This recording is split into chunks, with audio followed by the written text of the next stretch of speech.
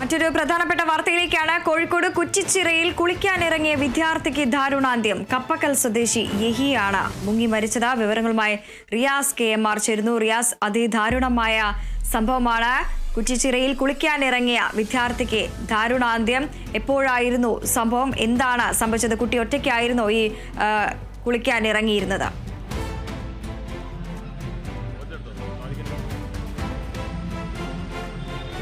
വൃന്ദ, ഇന്ന് രാവിലെ 9:30 ഈ യഹിയ, ഈ അപകടത്തിൽ മരിച്ച യഹിയ സുഹൃത്തുക്കൾക്കൊപ്പം ഇവിടെ കുറ്റിച്ചിറയിൽ നീന്താൻ എത്തുന്നത്. കോഴിക്കോട് കോർപ്പറേഷന്റെ ഉടമസ്ഥതയിലുള്ള ഒരു ചരിത്ര പ്രാധാന്യമുള്ള ഒരു കുളം കൂടിയാണ് ഈ കോഴിക്കോട് കുറ്റിച്ചിറ കുളം എന്ന് പറയുന്നത്. അവിടെയാണ് യഹിയ എന്ന് പറയുന്ന +1 വിദ്യാർത്ഥി 17-കാരൻ ഇവിടേക്ക് നീന്താനായി എത്തിയത്. സുഹൃത്തുക്കൾക്കൊപ്പം നീന്താൻ എത്തിയതായിരുന്നു. അതിനിടെ യഹിയുടെ കാൽ കുഴഞ്ഞുപോയി മുങ്ങുകയായിരുന്നു. പിന്നീട് ഇവിടെ നാട്ടുകാരുടെ നേതൃത്വത്തിലുള്ള ഇവിടെ നീന്തൽ പരിശീലനം കൊടുക്കുന്ന ആളുകളൊക്കെ ചേർന്ന് 20 മിനിറ്റോളം തെരച്ചിൽ നടത്തിയെങ്കിലും കണ്ടെത്താനായില്ല. പിന്നീട് കോഴിക്കോട് ബീച്ച് അഗ്നിരക്ഷാസേന എത്തിയാണ് ഇവിടെ പിന്നീട് തെരച്ചിൽ നടത്തി കുട്ടിയെ കണ്ടെത്തിയത്. പിന്നീട് ആശുപത്രിയിൽ എത്തിച്ചെങ്കിലും ആശുപത്രിയിലേക്ക് കൊണ്ടുപോകുമ്പോൾ ജീവനുണ്ടായിരുന്നു. പക്ഷേ പിന്നീട് ജീവൻ രക്ഷിക്കാനായില്ല. ദാരുണമായ ഒരു മരണമാണ് സംഭവിച്ചത്. വളരെ ദൗർഭാഗ്യകരമായ ഒരു കാര്യമാണ്. പയ്യാനക്കൽ കപ്പക്കൽ സ്വദേശിയാണ്. 17 വയസ്സ് മാത്രമാണുള്ളത്. +1 വിദ്യാർത്ഥിയാണ്. ഇപ്പോൾ ഇതിന്റെ നീന്തൽ പരിശീലകരായിട്ട് ആദ്യം രക്ഷാപ്രവർത്തനത്തിന് നേതൃത്വം നൽകിയ മുഷ്താഖ് അലി അടക്കമുള്ള ആളുകളുണ്ട്. എങ്ങനെയായിരുന്നു മുഷ്താഖ് ഭായി ആ ഒരു സാഹചര്യം? ഒരു 8:45 കൂടിയിട്ട് ഒരു പാരന്റ് ഇവിടെ വന്നിട്ട് ഇങ്ങനെ അശീൽ എന്ന് പറഞ്ഞ് ഇങ്ങനെ വിളിച്ചുകൊണ്ട് ഒരു കുട്ടിനെ തിരഞ്ഞെടുക്കണം. അപ്പോൾ ഞങ്ങളൊക്കെ ഒന്ന് ചോദിച്ചു ഇവിടെ ഉണ്ടോയെന്ന് ചോദിച്ചു. നമ്മൾ എന്താ സംഭവിച്ചത്? അല്ലെ കുട്ടി ഇങ്ങനെ ബോയ കൊടുത്തിരുന്നു, കുട്ടി കാണുന്നില്ല എന്ന് പറഞ്ഞു.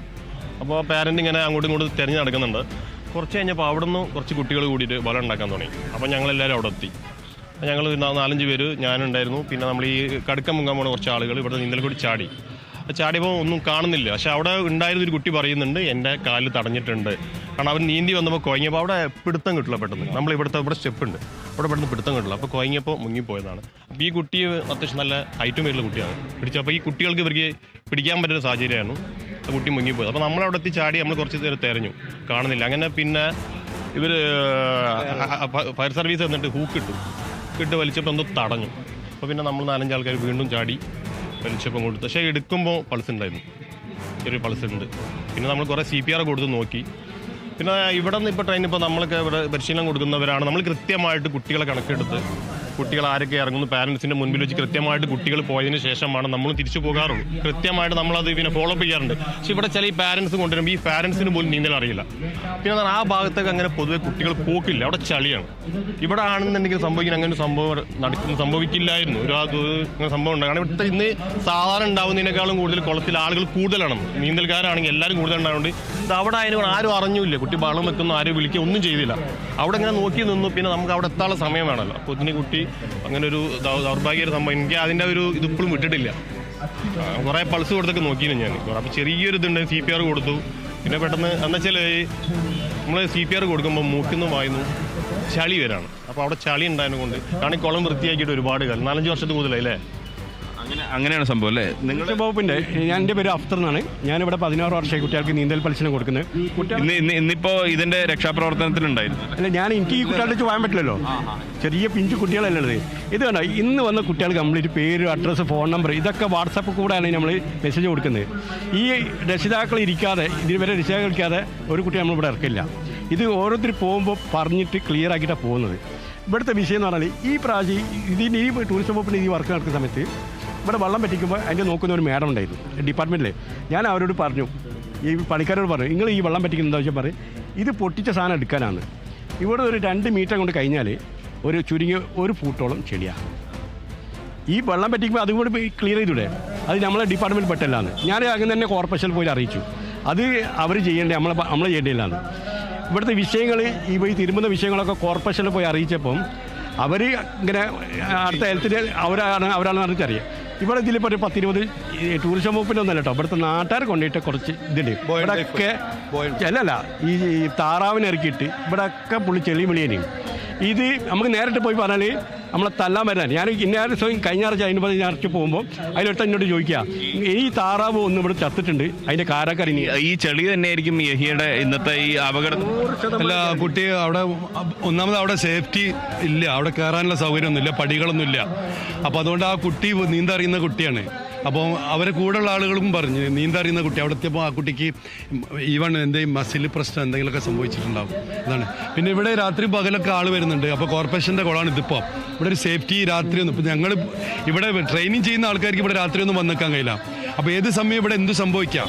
ഇത് വർഷം 2012 രാത്രി കാവൽക്കാരനെ വേണം, രാത്രി പകലൊക്കെ വേണം. ഇവിടെ ഇപ്പം നമ്മളൊക്കെ ഇപ്പോൾ ജോലിക്ക് പോകുന്ന ആൾക്കാർ ഞങ്ങൾ ക്ലാസ് ട്രെയിനിങ് നടക്കുന്ന സമയത്ത് നമുക്ക് ഇവിടെ നമ്മുടെ കുട്ടികളെ തന്നെ എണ്ണത്തിൽ പറഞ്ഞ പോലെ കണക്ക് പ്രകാരം സംഗതികൾ നോക്കാൻ തന്നെ ഉണ്ടാവും. അപ്പോൾ അത് കോർപ്പറേഷൻ്റെ ഹാൻഡ് ഓവർ ചെയ്ത് എന്നാണ് പണ്ട് സിവിൽ സ്റ്റേഷനിൽ മേഡം വന്നപ്പോഴൊക്കെ ഞങ്ങൾ പറഞ്ഞിരുന്നു. അപ്പോൾ ഇവിടെ എന്തെങ്കിലും ഈ ഇത്രയൊക്കെ ചെയ്ത സ്ഥിതിക്ക് ഇവിടെ നോക്കാൻ ആൾ വേണം. ഇപ്പോൾ ബീച്ചിലൊക്കെ ആളുകളില്ലേ, അതേപോലെ കോർപ്പറേഷന് ഇവിടെ 1-2 ആളെ വെക്കാം. സേഫ്റ്റി അടക്കം നോക്കാനുള്ള ഒരാളെ വെക്കണം. എന്നാൽ ഇവിടെ ഒന്നും കൂടി പ്രദേശം നന്നാവും. അപ്പം ഇനിയിപ്പോൾ നാട്ടുകാർ ഞങ്ങൾ എന്തെങ്കിലും പോയ ട്യൂബ് വെള്ളത്തിലിടാൻ പോവാണ്. കാരണം ഞങ്ങൾക്ക് പേടി തുടങ്ങി. പിന്നെ ഞങ്ങളെ സംബന്ധിച്ചിടത്തോളം ഇവിടെ അപ്പുറം നടക്കുന്ന ഒരു സംഗതി ഞങ്ങൾ ഇങ്ങോട്ട് ഞങ്ങളെ കുട്ടികളെ എണ്ടിങ്ങോട്ട് നിൽക്കുകയാണ്. കാരണം ഞങ്ങളത് പേരൻസ് കരയിലുണ്ടാവും. പേരൻസ് പോയാൽ തന്നെ പേരൻസ് ഞങ്ങളെ ഏൽപ്പിച്ചിട്ട് പോകണം. കഴിയുന്നതും ഞങ്ങൾ എണ്ണപ്രകാരമാണ് ഇറക്കുന്നതും എണ്ണപ്രകാരമാണ് കയറ്റുന്നതും. ഞങ്ങൾ ഫ്രീ സർവീസുമാണ് ഞങ്ങൾ വർഷങ്ങളോളായി. വൃന്ദ, ഇവർ പറയുന്നത് ഇന്ന് ഈ പലപ്പോഴും ഇവർ ഈ നീന്തൽ പരിശീലകരായിട്ടുള്ള ആളുകൾ കൃത്യമായ കുട്ടികളുടെ അഡ്രസ്സും മറ്റുമൊക്കെ എടുത്ത് മാത്രമാണ് അവരുടെ പരിശീലനം നേടുന്ന കുട്ടികളെ ഇറക്കാറുള്ളത്.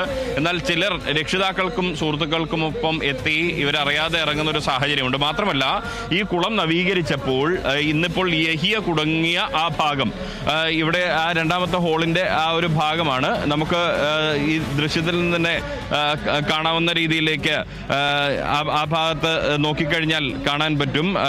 സ്വാഭാവികമായും അവിടെയാണ് ഇന്ന് ആ ഭാഗത്താണ് യഹിയ ചെളിയിൽ കുടുങ്ങിപ്പോയത്. ആ കുടുങ്ങിയ ഭാഗത്ത് പെട്ട ഒരാൾക്ക് പിടിച്ചു കയറണമെങ്കിൽ പോലും ഒരു സ്റ്റെപ്പോ മറ്റ് സംവിധാനങ്ങളോ ഇല്ല. നേരത്തെ ഈ കുളത്തിന് ചുറ്റും അത്തരത്തിലുള്ള സംവിധാനങ്ങൾ ഉണ്ടായിരുന്നു, കൽപ്പടവുകൾ ഉണ്ടായിരുന്നു എന്നാണ് നാട്ടുകാർ പറയുന്നത്. പക്ഷേ ഇപ്പോൾ ആ സംവിധാനമില്ല. അത്തരത്തിലുള്ള സുരക്ഷാ സംവിധാനങ്ങൾ കൂടി ഇത് സൗന്ദര്യവൽക്കരിച്ചു. പൈതൃക നവീകരണ പദ്ധതിയുടെ ഭാഗമായിട്ട് ഈ കുറ്റിച്ചിറ കുളത്തെ സംരക്ഷിച്ചു, നല്ല കാര്യം. പക്ഷേ അപ്പോഴും ഇത്തരത്തിലുള്ള അപകടങ്ങൾ ഉണ്ടാകുമ്പോൾ രക്ഷപ്പെടാൻ ആവശ്യമായ അല്ലെങ്കിൽ പിടിച്ചു കയറാൻ ആവശ്യമായ സംവിധാനങ്ങൾ ഇതിന്റെ മറ്റ് ഭാഗങ്ങളിൽ അപ്പുറത്തെ സൈഡിൽ ഇല്ല എന്നുള്ളതാണ് ചൂണ്ടിക്കാണിക്കുന്നത്. മറ്റൊന്ന്, കൃത്യമായി ഇവിടെ ഇതൊരു ടൂറിസം രംഗത്തെ പൈതൃക കേന്ദ്രമായി ഉൾപ്പെടുത്തുമ്പോൾ പോലും ഇവിടെ ഒരു കാവൽക്കാരനെ ഒന്നും തന്നെ ഏർപ്പെടുത്തിയിട്ടില്ല. അത് കോർപ്പറേഷൻ ഇടപെട്ട് ഏർപ്പെടുത്തണം. പിന്നീട് ഈ കുളത്തിലെ ചെളിയാണ്, ഈ കുളത്തിലെ ചെളി പൂർണ്ണമായും കോരിക്കളയാനുള്ള സംവിധാനം ഉണ്ടാകണം. ഇല്ലെങ്കിൽ ഇനിയും അപകടങ്ങൾ ഉണ്ടാകാനുള്ള സാധ്യതയുണ്ട് എന്നുള്ളതാണ് നാട്ടുകാർ ചൂണ്ടിക്കാണിക്കുന്നത്. യഹിയെ രക്ഷപ്പെടുത്താൻ നാട്ടുകാരും ഒപ്പം തന്നെ അഗ്നിരക്ഷാ സേനയും കിണഞ്ഞ് പരിശ്രമിച്ചിരുന്നു. പക്ഷെ ദൗർഭാഗ്യകരമെന്ന് പറയാം, ആ 17-കാരൻ ദാരുണമായ ഒരു അന്ത്യത്തിന് കീഴടങ്ങേണ്ടി വരുന്ന ഒരു സാഹചര്യമാണ്. പ്രാഥമിക ശുശ്രൂഷ നൽകിയിട്ട് പോലും ആ 17-കാരനെ രക്ഷപ്പെടുത്തിയെടുക്കാൻ സാധിച്ചില്ല എന്നാണ് നാട്ടുകാർ ഏറെ വേദനയോടെ പങ്കുവയ്ക്കുന്നത്. വൃന്ദ, ശരി, വ്യക്തമാണ്. റിയാസ് KMR ആണ് വിവരങ്ങൾ പങ്കുവച്ചത്.